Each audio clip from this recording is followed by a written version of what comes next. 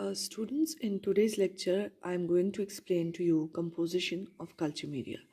ये actually last lecture की continuation है. जैसे मैंने आपको पहले पढ़ाया culture media and it's type, आज उसी को कंटिन्यू करते हुए आज पढ़ेंगे composition of culture media. Composition का मतलब होता है ingredients. In simple language composition मतलब वो इंग्रेडिएंट्स अत मज कम कम चीज़ आसान तिमन क्या क्या इंपॉर्टेंस कौन कौन सी चीज़ें आप कल्चर मीडिया में ऐड करते हो और उन चीज़ों की क्या क्या इंपॉर्टेंस है. सबसे पहला इंग्रेडिएंट जो कल्चर मीडिया का होता है दैट इज पेप्टोन. पेप्टोन जो होता है students, it serves as a source of carbon. जितनी भी कार्बन डिमांड बैक्टीरिया की होती है वो सारा पूरा करता है आपका peptone. It serves as a source of nitrogen. जितना भी नाइट्रोजन की डिमांड बैक्टीरियल ग्रोथ के लिए इम्पॉर्टेंट है that is supplied due to the peptone. It also serves as a source of phosphorus and it is a very good source of protein and many other energy sources. जितने भी energy sources बाकी छोटे छोटे energy sources है वो सब peptone से आते हैं. आपने देखा होगा जब मैंने आपको बेसिक मीडिया पढ़ाया उस दिन भी मैंने आपको बताया कि पेप्टोन पहला इंग्रेडिएंट था. पेप्टोन जो होता है it is one of the most most essential ingredient of the culture media though, because it provides these kind of sources for the bacterial growth.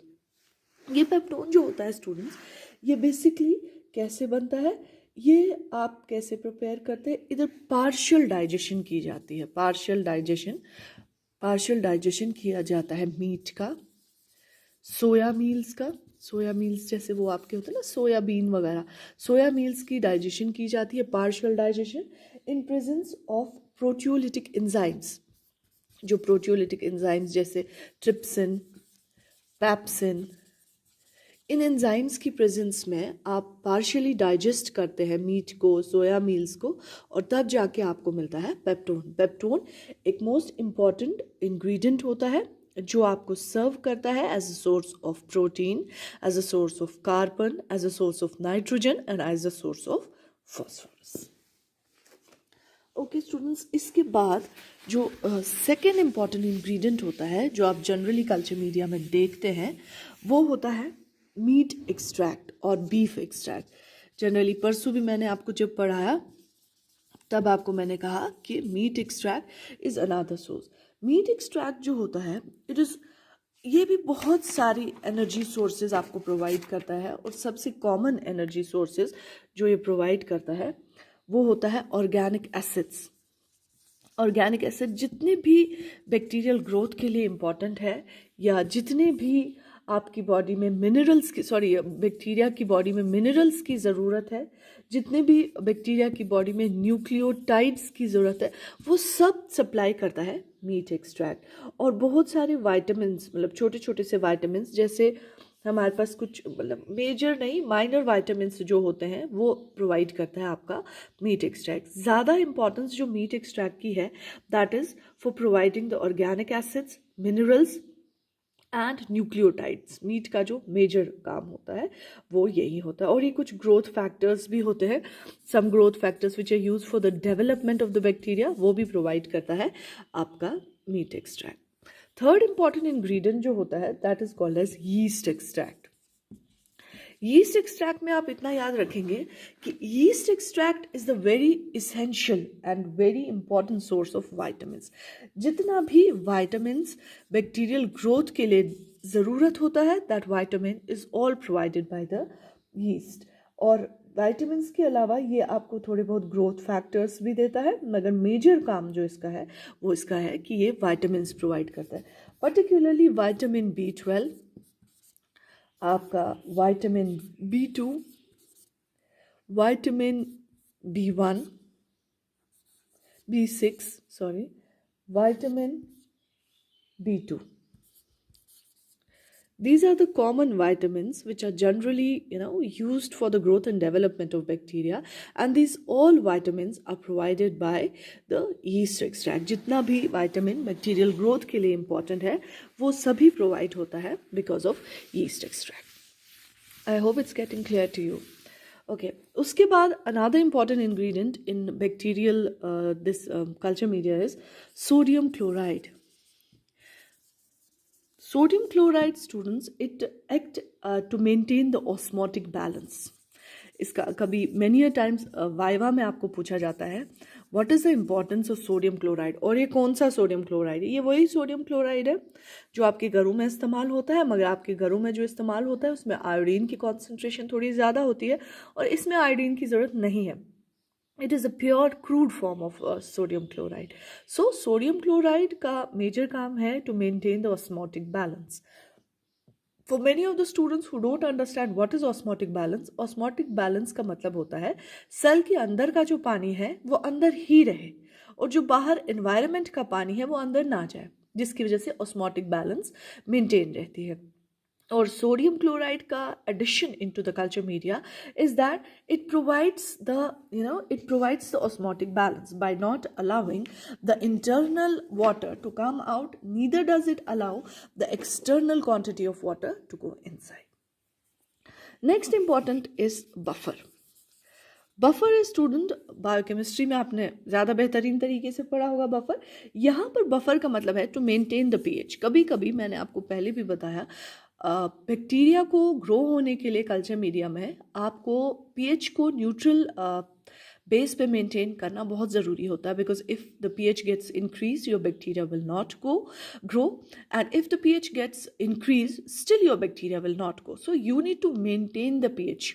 सो अब अगर बनाते समय आपको कोई प्रॉब्लम हो जाए या नहीं बन पाए, इम्बैलेंस हो जाए आपके पीएच की, तो आप क्या करते हैं, आप बफर्स को ऐड करते हैं और बफर की वजह से पीएच को मेंटेन कर देते हैं. इन केस ज़्यादा हो गया, कम हो गया, तो आपका पीएच उसकी वजह से, बफर की एडिशन की वजह से मेंटेन रहता है. Next ingredients are indicators. Indicators जो होते हैं स्टूडेंट्स वो आपके नेक्स्ट इंग्रेडिएंट्स होते हैं, और इंग्रेडिएंट्स से आपकी इंपॉर्टेंस ये है कि इनकी वजह से कलर चेंज हो जाता है और आप डिफरेंट कैरेक्टर्स ऑफ बैक्टीरिया पढ़ सकते हैं. अगर आपको याद होगा, मैंने परसों आपको बोला MacConkey agar is an indicator media. Why? Because it changes its colour when a particular type of bacteria grows over it. मैंने आपको बताया जो लैक्टोज फर्मेंटिंग बैक्टीरिया थे वो पिंक कलर की कॉलोनीज देते थे, और जो नॉन लैक्टोज फर्मेंटिंग थे वो कलरलेस कॉलोनीज देते थे. ये वो कलर चेंज कैसे करते थे? Because of indicator media. क्योंकि इसके अंदर एक इंडिकेटर आपने डाला था, that is called as methyl red था इंडिकेटर. और बाकी मीडियाज में जैसे आप देखेंगे bromocresol purple. These are some kind of examples जो मैंने आपको दी. हम इंडिकेटर उसे कहते हैं जिसका कलर चेंज हो जाए, और चेंज कैसे होता है? Just because of addition of these kind of chemicals. जब आप कल्चर मीडिया के अंदर इन केमिकल्स का इस्तेमाल करते हैं तो उनमें कैरेक्टर ऐड हो जाता है कि वो अपना कलर चेंज करते हैं when a particular type of bacteria grows over them. और ये हमें क्लिनिकल बैक्टीरियोलॉजी में बहुत हेल्प करता है, क्योंकि हम उधर ही स्टडी कर पाते हैं कि इस इंसान को किस बैक्टीरिया का, क्या ये लैक्टोज फर्मेंटिंग है, क्या ये नॉन लैक्टोज फर्मेंटिंग है. ओके.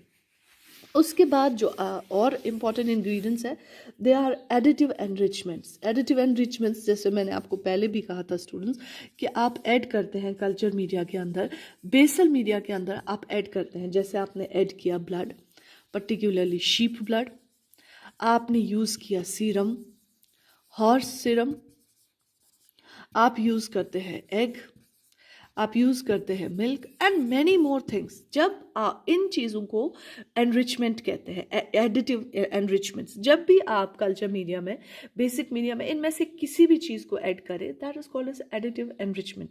और एडिटिव एनरिचमेंट आप क्यों करते हैं? In order to meet up to the needs of the bacteria.